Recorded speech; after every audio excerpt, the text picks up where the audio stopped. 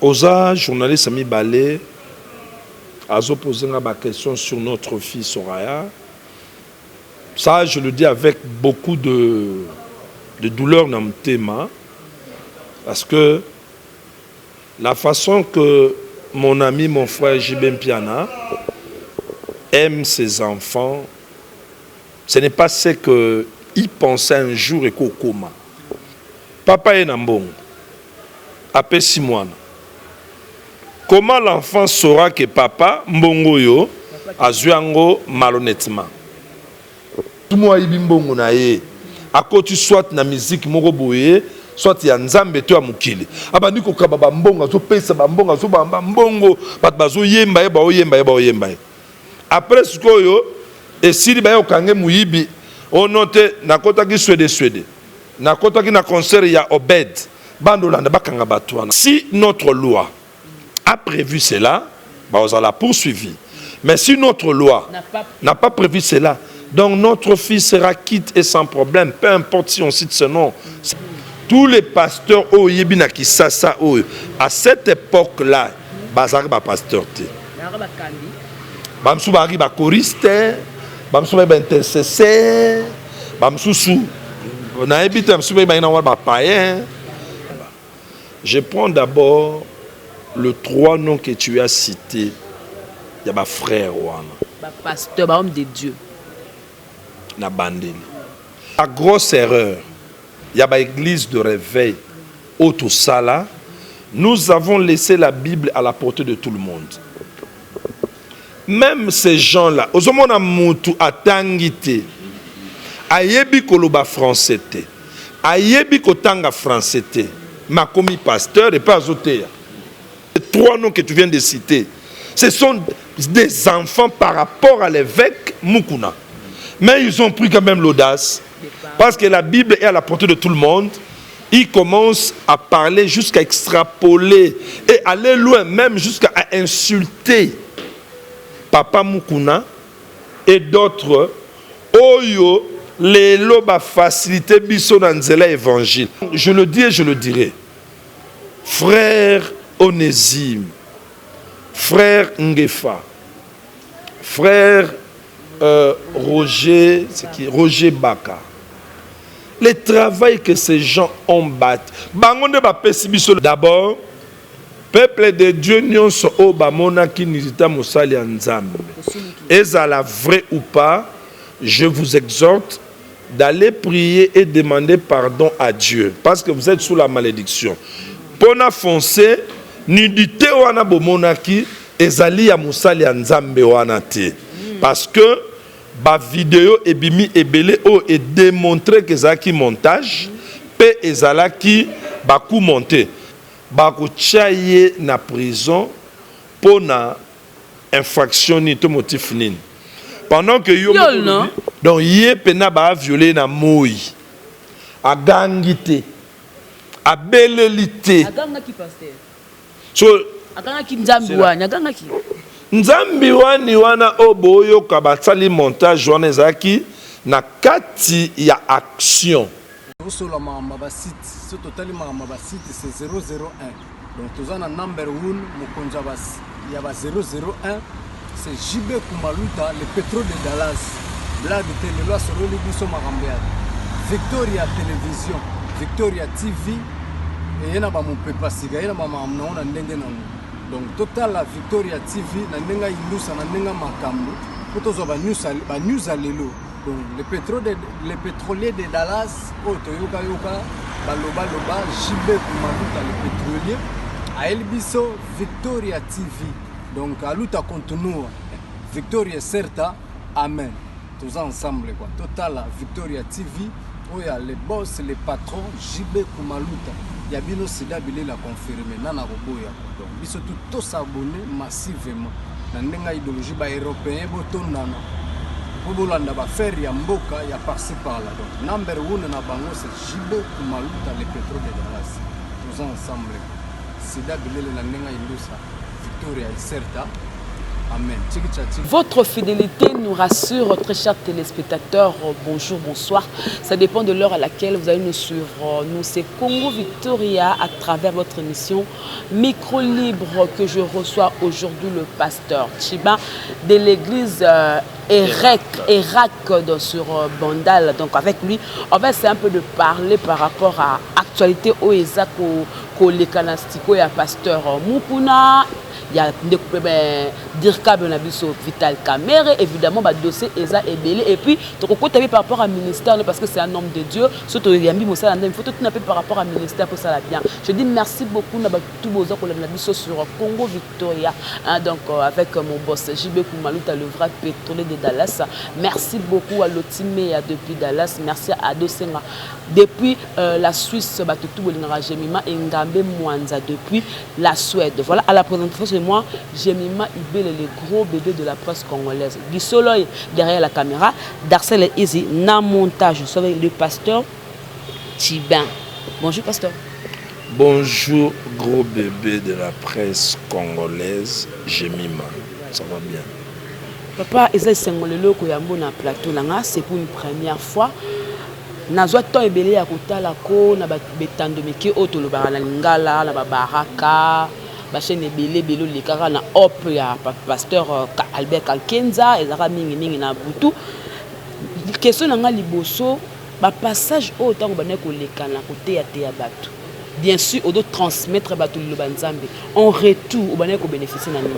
OK, d'abord premier bénéfice par rapport à l'émission télévisée nanga dans la chaîne congolaise Nabiso, d'abord, c'était les âmes qui répondaient à l'église. Donc, les âmes gagnaient. Parce que le caractère de l'émission est plus l'émission à titre de la prière.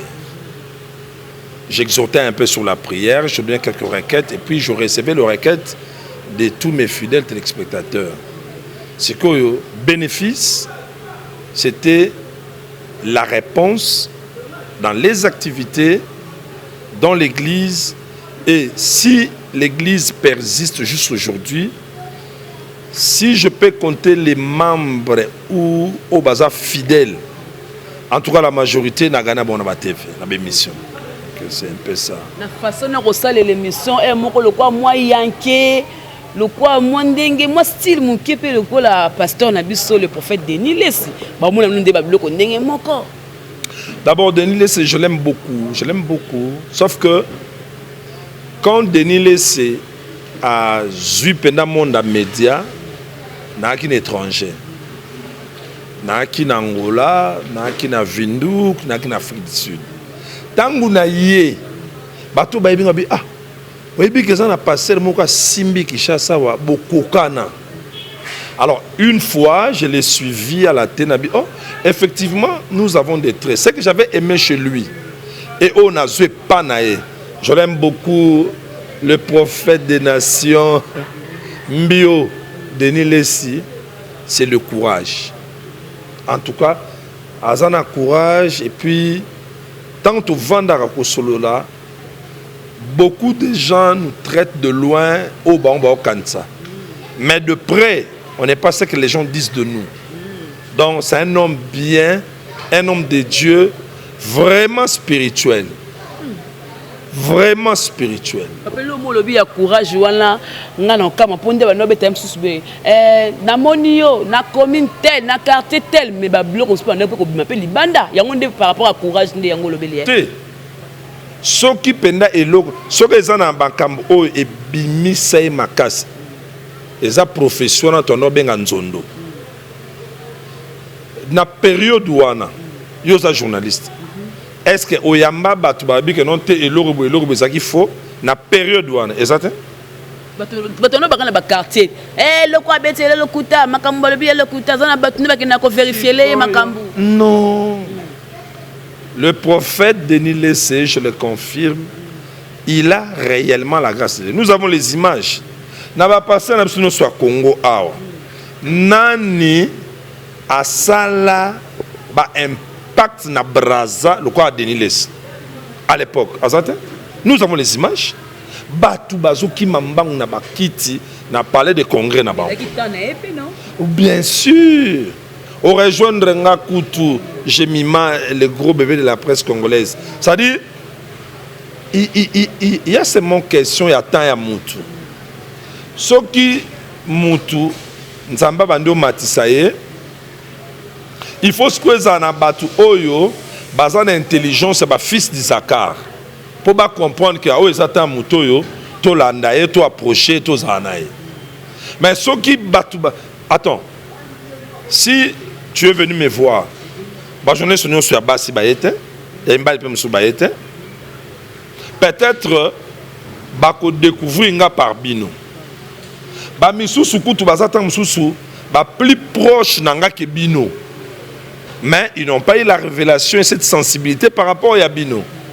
Donc bino besoin de faciliter la lecture il y a temps. Que on te temps oyo na osai mission na muto. Si faut na zelaye no sapianga ta 30 minutes au sala, faut na salango. Et puis vouloir ou pas état la manango. Peut ça biso moins un plus par rapport à ma solo. Voilà.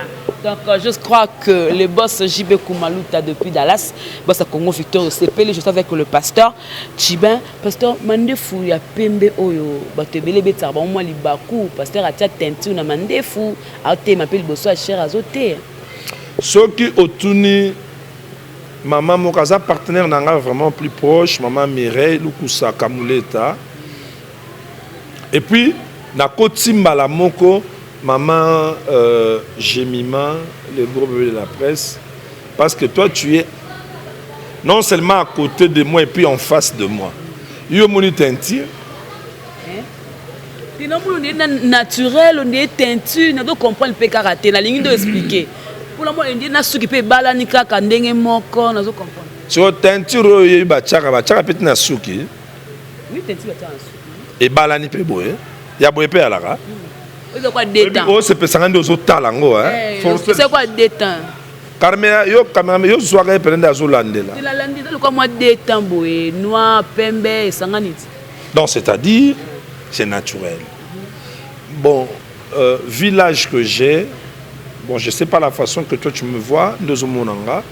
Village que j'ai, na moi parcours muke o nazanango, né na utaki na monde et na dans le Seigneur. Je ne pense pas à cet âge na kokene na ba salon ou avoir des produits pour na tenter tika mandef. Attends. Pour ça ngani. Ma beauté baksama.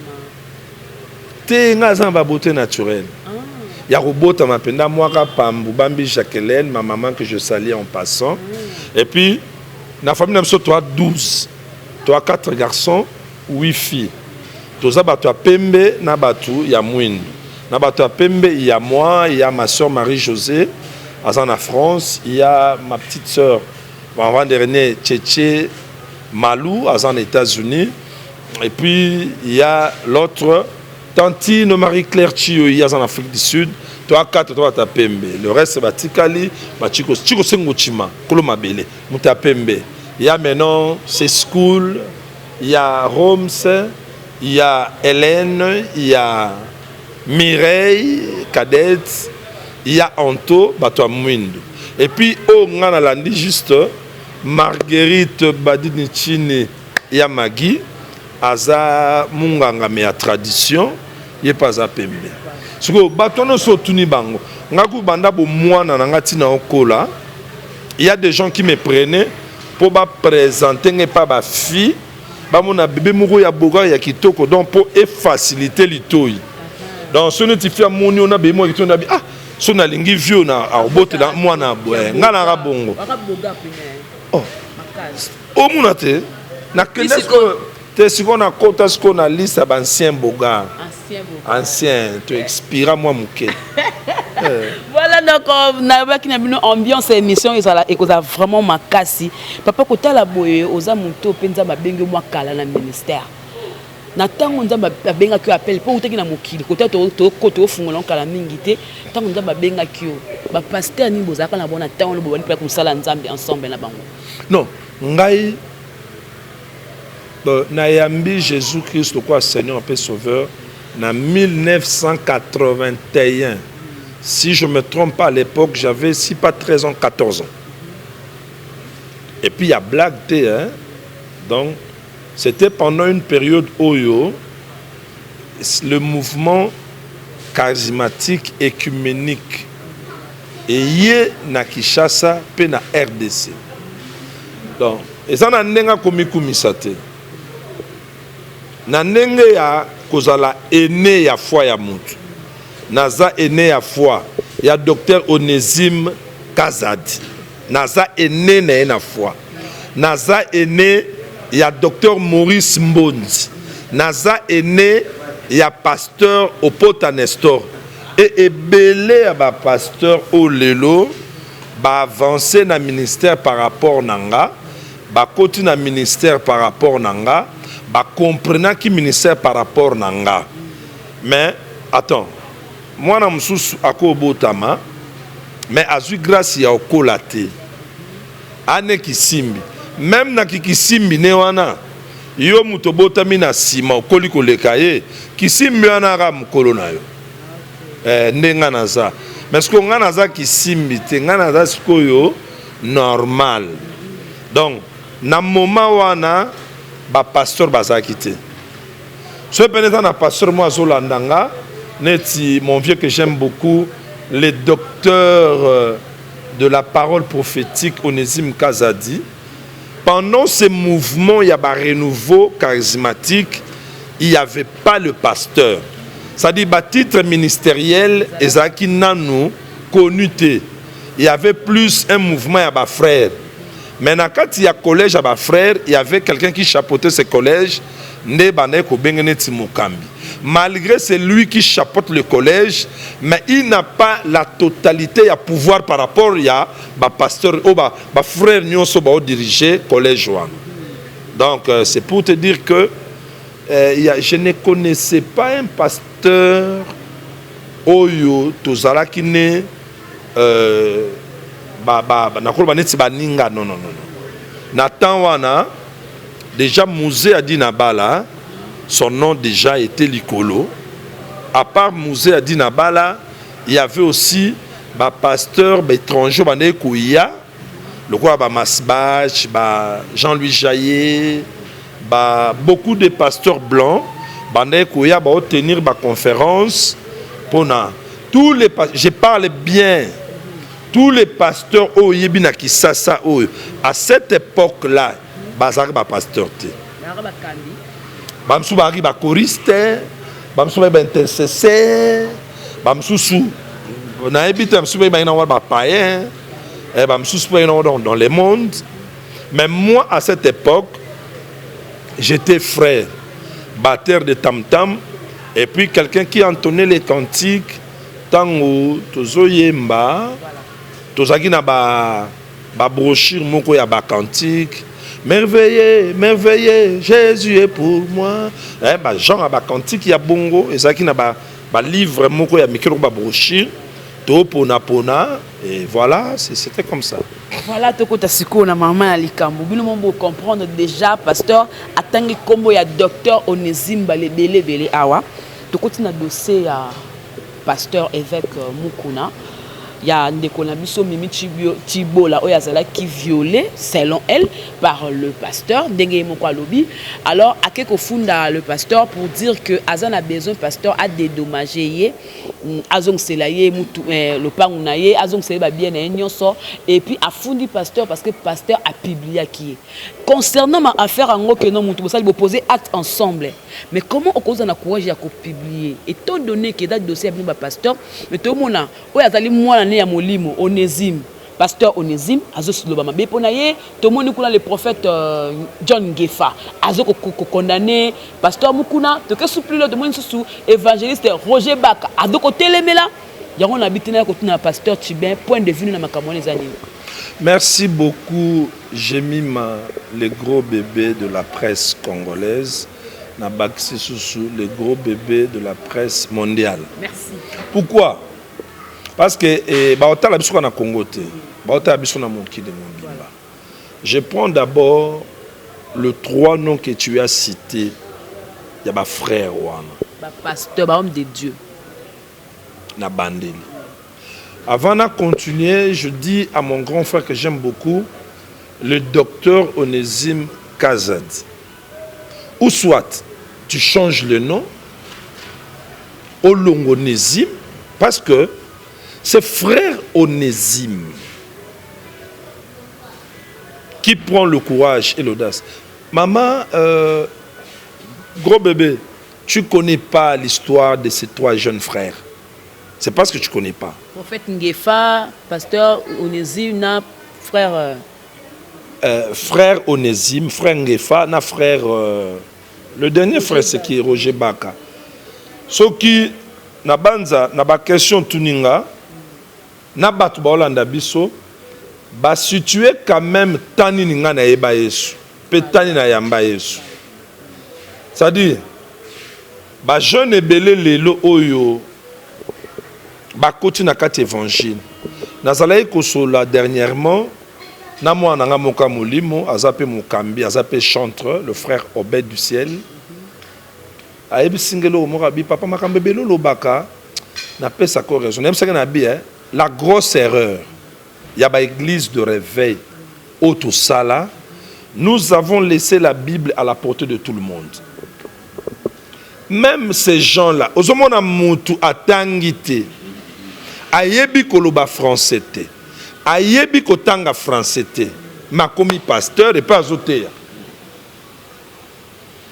Et puis azape na bandimi. Donc moni place wana tozobunga.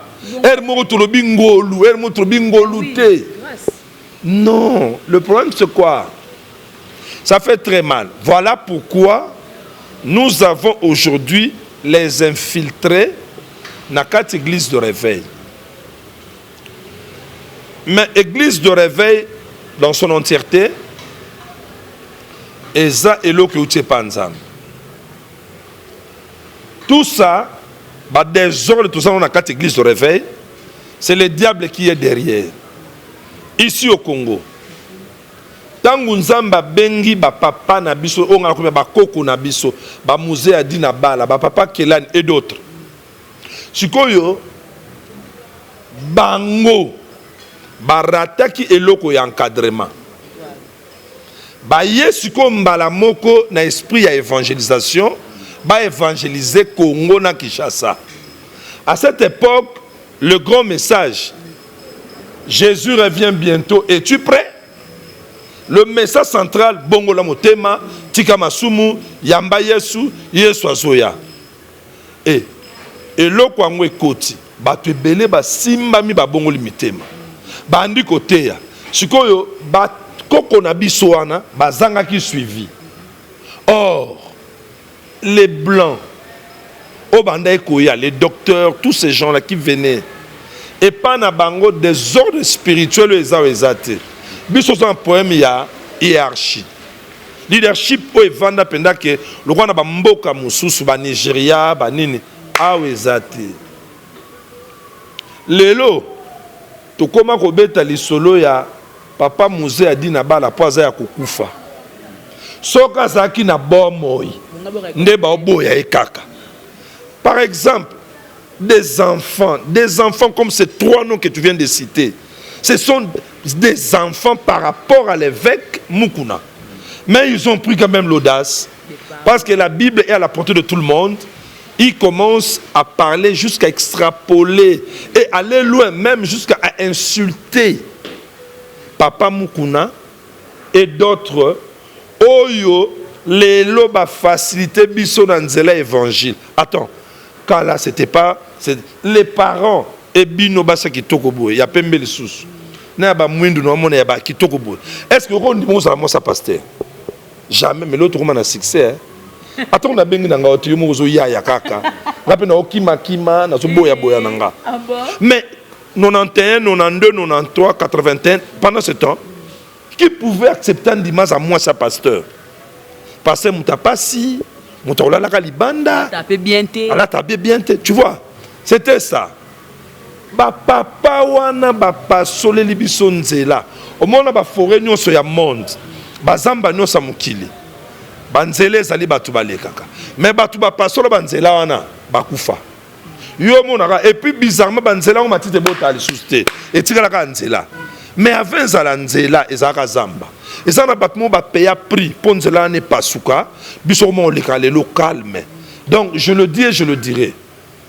Frère Onésime, frère Ngefa, frère Roger Baka, le travail que ces gens ont battu. Bangonde ba pesi bisolo. Oye bien, n'a qu'un exemple le roi bateau à théâtre. Bateau le quoi ba masumu de brandé. Il faut au moni basai ba sobe ba yandi mos tous ba vie de loin. Nanenga bien. Soko sali be mission to sala kana bango otuni bango banani ba pesa bino guye loko jamais otanga sobe jamais otanga sai otanga tamsusu o ngadiadia so tuni ngadiadia beti solo ya mangwao o zwezwe donc baza o nani oyo le trio d'Asufa ça dit toute personne azana ba idole au monasko batuana bakufa pauvre ba bénéficiaire ndenge bango ba se retrouver lelo. Mais la normalité d'ailleurs, c'est une exhortation que je dis à tous mes artistes et comédiens. Moutounion Suebi qui a inspiré par ces idoles nayo une question. Est-ce que au sommet un jour offrande et action de grâce, to prémisse, to dîme, pas interrogation, débat, bolukara, jemima, le gros bébé de la presse, comme ça, boya botunanga, l'émission, to bandé to solango. Et ande mon abisso. Ça dit, Batouana, ils ont payé les prix. Au monde, il y a ce que je wana. Et banda qui a sécaté. Et utana kanga motema. Et banda qui te a seka de to monango. Et utana kanga motema na sima seka kuna. Kuna bando sambela bante. Kitite bitoko na chiluba. Et pendant cette période, l'évêque Pascal Mukuna, azaka ancien kuna. Ndekuna bano benga évêque, comme netikala. Évêque veut dire ancien et église. Mais le travail qu'il a bâti, moi d'ailleurs je l'appelle apôtre Mukuna. Parce qu'il a fait le travail d'un apôtre, c'est l'apostolat. Parce qu'aujourd'hui, nous avons les ACK dans le monde. Et le pasteur principal ou représentant légal de tous les ACK, c'est l'évêque Pascal Mukuna. Chez les anglophones, Baobengaye, archevêque, archibishop Mukuna. Pasteur. Donc, le titre est topé sur wana.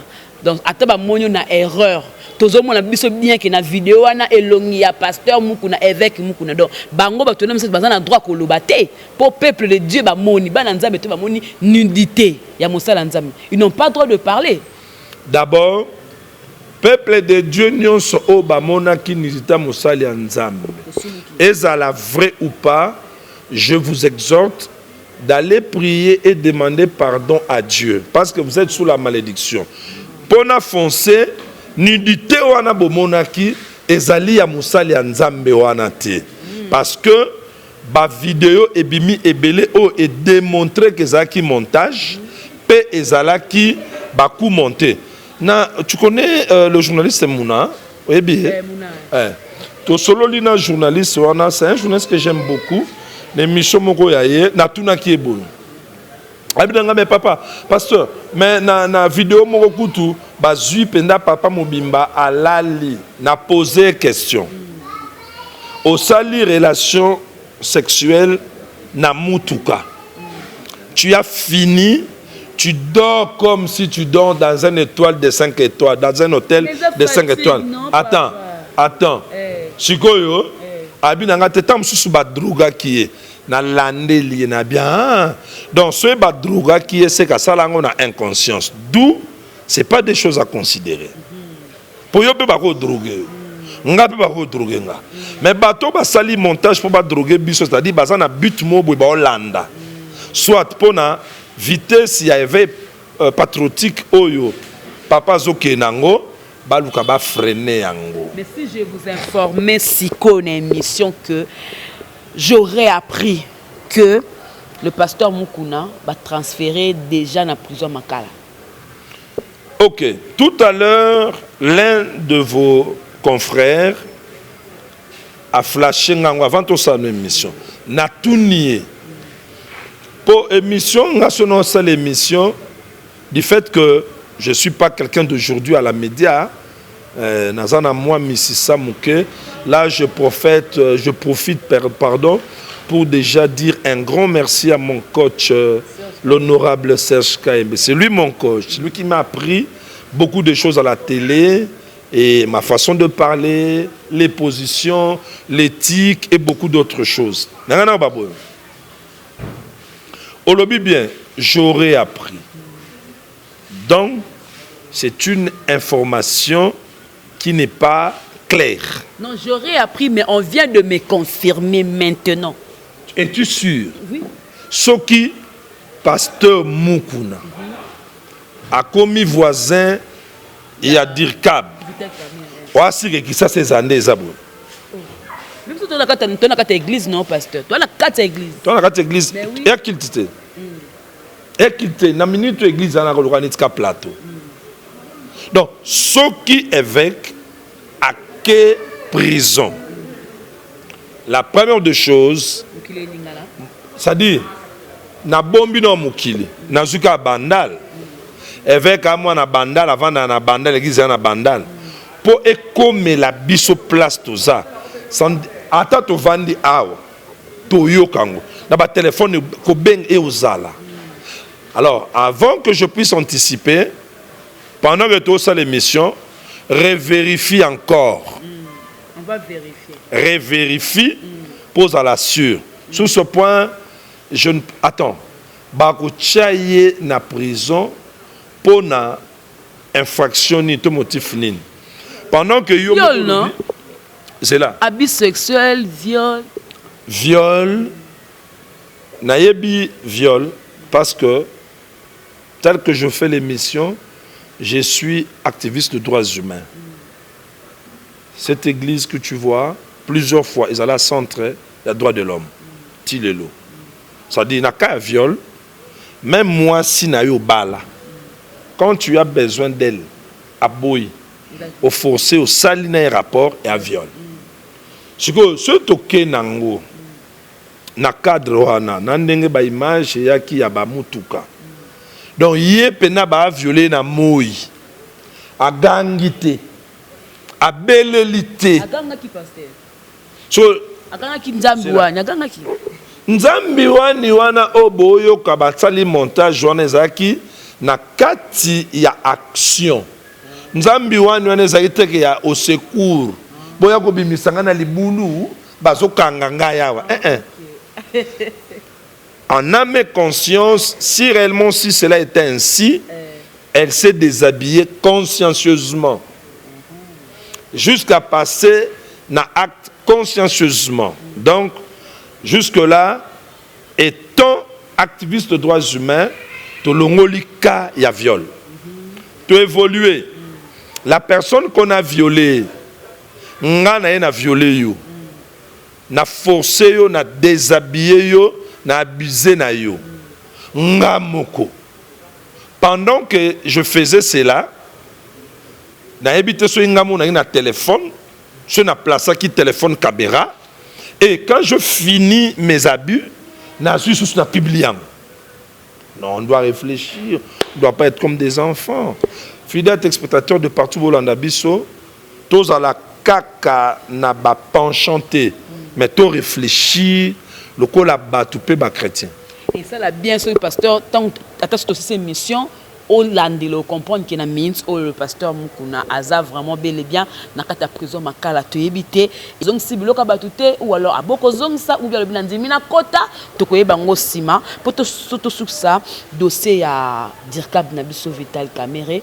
Alors, premier procès naïe, na Katinango, le nom, il y a Moana. Il y a camarade nayo o ngamo suna vena ba tini pasteur tiba e bana be mona bandal mais azalaka fie ko ba kina azalaka master ya JB master ba musicien kotanga ba Watanabe tangu yo moko dozo mona kino likameza ya papa mais akomi kotanga mwana soit disant to bani mwana ya mbanda be mwana ya mwasne na makamono ko lo bani et le bosu na d'abord par rapport il y a question na yo, quand tu dis que Pasteur Chibin a Ebani, Aza camarade de musicien, JB, Ouera, Adolphe, Blaise Boula, Didier Massela, Baza Batu Oyo, tu Ebani bien. Si je prends Hervé, tu connais Hervé, non? Ferré, oui. Je prends aussi Fali. Ça dit, bon, on a habité, hein? Bino, ba musicien, bon, mon arana. Na ba tu paix à son âme, qui que c'est MNR. Tu vendaka, tu melaka, tu liaka, tu qui na chanté, na Maison Blanche, tu vendi. Tu lis, tu meli, na son album oyo tu kufa oyo, asali 6 titres ya Nzambe. Ndila vele lebe tamarate, zanzembo Nzambe. Attends, les musiciens entre guillemets que nous appelons les musiciens profanes, ce sont des humains, ce sont des hommes comme moi et toi. Maintenant, dans le cadre il y a évangile. Nous ne pouvons pas, ça je dis à tous ces pasteurs qui croient être plus saints que le Saint-Esprit, de les traiter comme les sorciers, les ndoki, les païens, les batobakisi. Tant que mouvement renouveau charismatique et celui qui ça, première étape au MMA qui réveille ma casse, et ça qui monte dans témoignage. Parce que mon va te belé papa Obed, mon va te belé yo histoire ango ba éviter. Monde dans témoignage, musulman bongoli mutema, magicien bongoli mutema. D'ailleurs, la personne qui nous a mené beaucoup de gens à cette époque, c'était le frère John Lokadi. Il est maintenant docteur de la parole. Azala Kandoki. Après ça, le témoignage est belé. Et l'autre, c'est quand il donnait le témoignage, il y a Batubela Lia, mais tant qu'on a raté qu'il y a maman naïe. Pourquoi il y a maman n'était parce que maman n'est pas chrétienne. Alors prier tant que na butubalia maman na ba kuti moto zopé là et ya quoi témoignage à bongo ça poussait tout le monde à donner leur vie à Seigneur Jésus-Christ. Tu vois, entre guillemets soki baza bato bakis. Maintenant nous devons les laisser là où ils sont ou bien nous devons les approcher. Moto ayebi lo banzambe lo wanga na ko approcher bango. Mais dans l'entretemps j'informe dans le monde, moi je ne les taxe pas baza batobakis. Ponanga nazora bango ba frère nangai. Mais par rapport il y a ma préférence na développement à ma relation, je prends JB et Fali Poupa. Parce que bango moi ba proche ezalaki. Pe zalaka tilelo. Voilà. Donc c'est un peu maintenant, ça. dossier à papa Nabso Vital Kamere, Ndenge Kombo ya Souraïza cité par rapport à compte bancaire, Ndeni Karasuko ya Komi la monté belé boyé étant donné que yotongo so bakoza ami ya JB ba wera wana baza mwana bino ko lo bani par rapport na ngo. Oui, et là on a rokoloba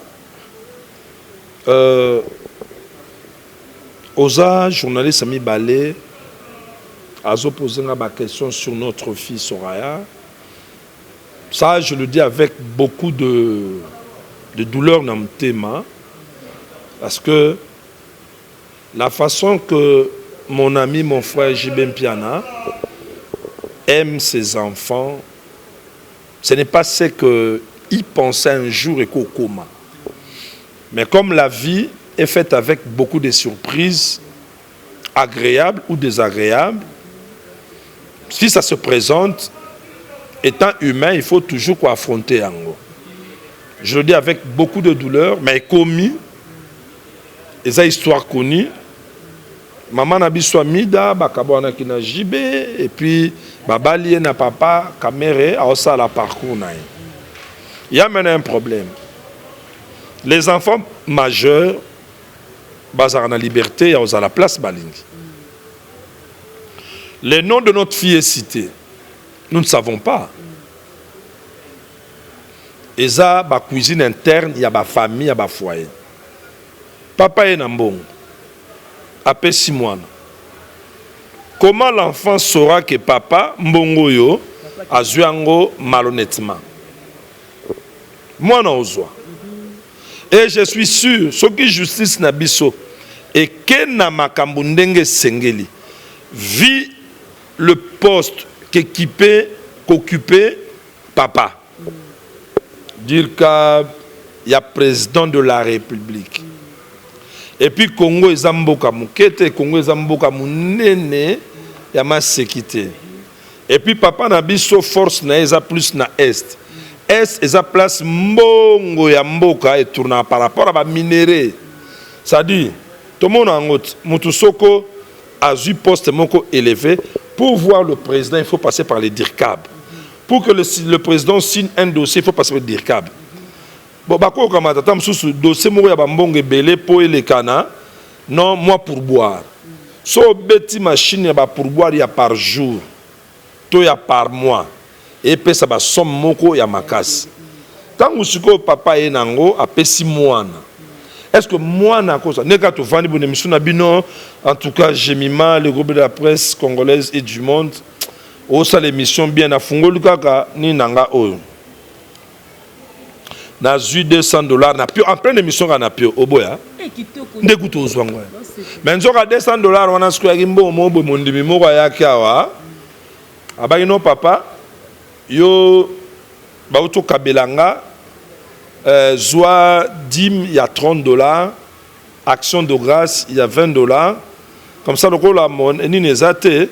Tikala au prier, lobby na waya rozwang. Mais ngas ko impact monsieur memingai pona na laksa ba journaliste muna ke na gaz ebele. Alors on a mis piance. Sur na pied et pas soke na sima. Na yesko na komo lukayo ba komo benga ote kuta pesa yango yo zongisa, tu vois. Encore ba minono na ye place azola kiango source origine na ebité. Mais ngana zuyango na cadre ya prime ya musala nanga. Ba mutu mo ayibi mbongo na ye. Akoti soit na musique moko boye, soit ya nzambe to ya mukili. Aba ndiko kaba ba mbongo zo pesa ba mbongo zo ba mbongo bat bazo yemba ye ba oyemba ye ba oyemba ye. Après ce que et si les gens ont muibi, on note na kota ki Suède, na kota ki na concert il y a Obed, bandolanda bakanga batouana. Voyez que si notre loi a prévu cela, bah on l'a poursuivi. Mais si notre loi n'a pas prévu cela, donc notre fils sera quitte et sans problème, peu importe si on cite ce nom, c'est pas un problème. Voilà. Parce que ce que je sais, notre loi a tout prévu sauf rien. Loi ya mboka. Et prévoyant nyonso sauf rien. Il est seulement question de savoir. Ba kontango ya moi na biso. Ezebele na ndenge nini. Ekota ki ndenge nini. So ba interpeller. Ya ne moi na nzambe. Ponga na biba na camarade na nga nyonso baba na nzambe. Donc nzambo to sambela. Place mon frère Aza, je lui avais dit déjà que non, mon frère, mon ami, moi je suis ton conseil spirituel. Ya kala kala kala. La pungiza la calme. Moi, nana biso à cause de la sainte et sauf. Donc, il n'y a pas un problème. Donc, c'est un peu ça. Voilà, merci beaucoup, pasteur. On a eu suffisamment de temps pour que tout cela, tout comme nous sommes vraiment la souka, et l'oni olingo le la bananzambe étant un serviteur de Dieu dans l'émission aux occasions, l'occasion est là au le bon pour quelques minutes. Bananzambe amaro c'est belé net yonde orienté ngai. Pour bananzambe c'est belé na roule bananzambe makambo c'est belé. Face ya makambo ya pandémie donc net vers na souka. Quelle attitude pour te mettre na moi le sanga moi des trois to sanga moi salaire wana mais na banda ko mo lembu pas ko sambele vous appelez moi muké au kolo moi muké et là on est dans quelques minutes pour toujours clore. Par rapport à la pandémie, je dis ceci à tous les enfants de Dieu au Baolandanga dans le monde. Cette maladie, prophétiquement et bibliquement parlant, ça n'a rien à voir par rapport à l'existence de l'église sur la terre. Toto Chango, oh, ils ont fait oh, ils ont fin du monde, non. Par rapport au signe de temps, tu as dit qu'il y aura des temps difficiles. Comme des temps difficiles et faire voir dans le monde, ils ont interpellation pour les bisoba chrétiens. Naba non chrétien. D'abord pour na biso ba chrétien te baké, il faut siko to tambola aliment comme étant des enfants de Dieu na crainte en Nzambe, na sainteté, na sanctification. Et interpellation par rapport à Batu Oyo, non bayambi Jésus-Christ comme Seigneur et Sauveur. Banarata distraction, etc., etc. Je vous dis la vérité, l'heure a sonné. Topé ça va vie na biso et pas à Christ. To yamba Jésus, le col en colo, puis on bix na biso. So par rapport à l'ambiance, mais ça n'a qu'au vanda, qu'aux alaboye, moi bar et tout et tout et tout. Si on a parlé en Afrique, moi je trouve que n'est-il l'élo le sous. Partout au Tambol. J'aime aux Congolaises, aux Quinoises. Yo au Tambol l'élo. Tambote. On a bino. Na le mo ka ndako na a toi pembeni. Ah toi pembeni. So ndako na bino ya ba tol kanga. Moni balabala te. OK. So tali bien, tu vas remarquer que c'est comme si il n'y a rien dans Kinshasa. Parce que la vie est zongi na un cas normal des alara. Et l'autre est un cas marqué la baba, la musique bat beta. Et puis na ba culte. Donc Nzambe oyo Congo et Sambela depuis papa na biso muku na balakisa biso Nzambe.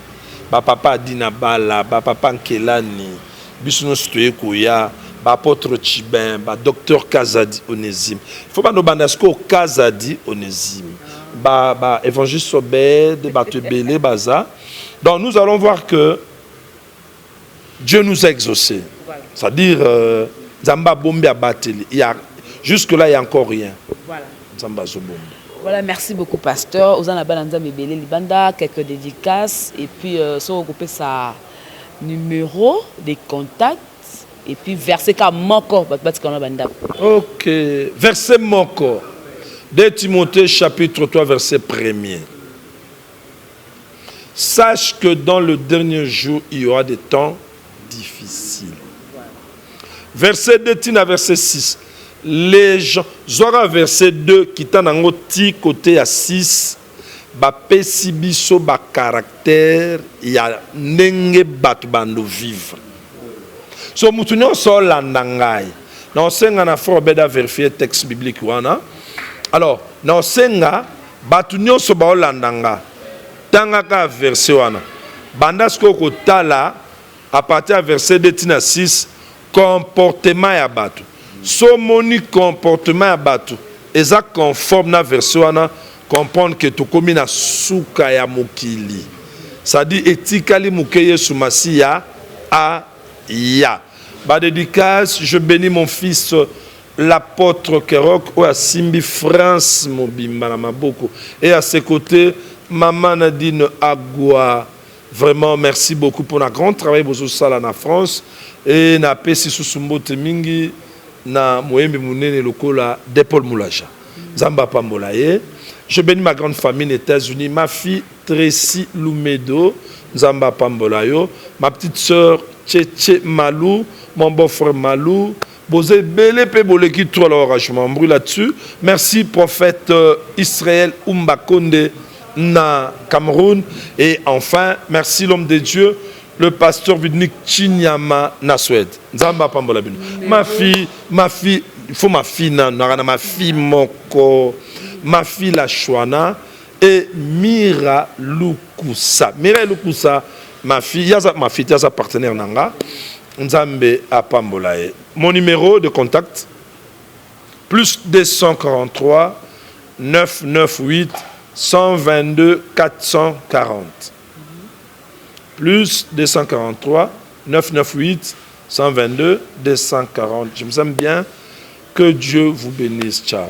Voilà, merci pasteur pour l'opportunité au Pessinga et à plateau. Voilà, merci Nabino Touda qui branché sur Congo Victoria en train de nous suivre et je crois que vous allez vraiment affermi par rapport à Makamutu au pasteur à lobby et à la côté d'actualité à la côté à Bonzambe, Bossé Longa Randenge, l'homme de Dieu à lobby na sur beaucoup de par Nabino. Merci Nagui Soloy, ma caméra, merci Nadasele Easy na montage et merci na boss chaîne Congo Victoria, le boss JB Kumaluta et l'assistance de Mouna l'artiste et de Kelly, hein, la journaliste de Congo Bissengo. Voilà, c'était Jemima Ibele, le gros bébé de la presse congolaise. On se retrouve prochainement et que la paix du Seigneur règne dans votre maison et au revoir. Bye bye. C'est 001. Donc, nous avons un number 1, il y a 001. C'est JB Kumaluta, le pétrole de Dallas. Blague de télé, Victoria Télévision, Victoria TV, et il y a mon papa siga, il y a maman donc total la Victoria TV, nandenga ilusa nandenga makambo, potozo ba news alelo. Donc le pétrolier de Dallas, Toyoka Yoka, Baloba Loba, JB Kumaluta le pétrolier, a Elbiso Victoria TV. Donc à l'outa continue, Victoria Certa, Amen. Tous ensemble quoi. Total Victoria TV, où il y a les boss, les patrons, JB Kumaluta. Il y a bien aussi d'habiller la confirmer, Nana Roboya. Donc ils sont tous s'abonner massivement. Nandenga idéologie ba européen botondana. Bobolanda ba faire ya mboka ya par-ci par-là. Donc number 1 na bango c'est JB Kumaluta le pétrole de Dallas. Tous ensemble. C'est d'habiller la nandenga ilusa. Victoria Certa. Amen.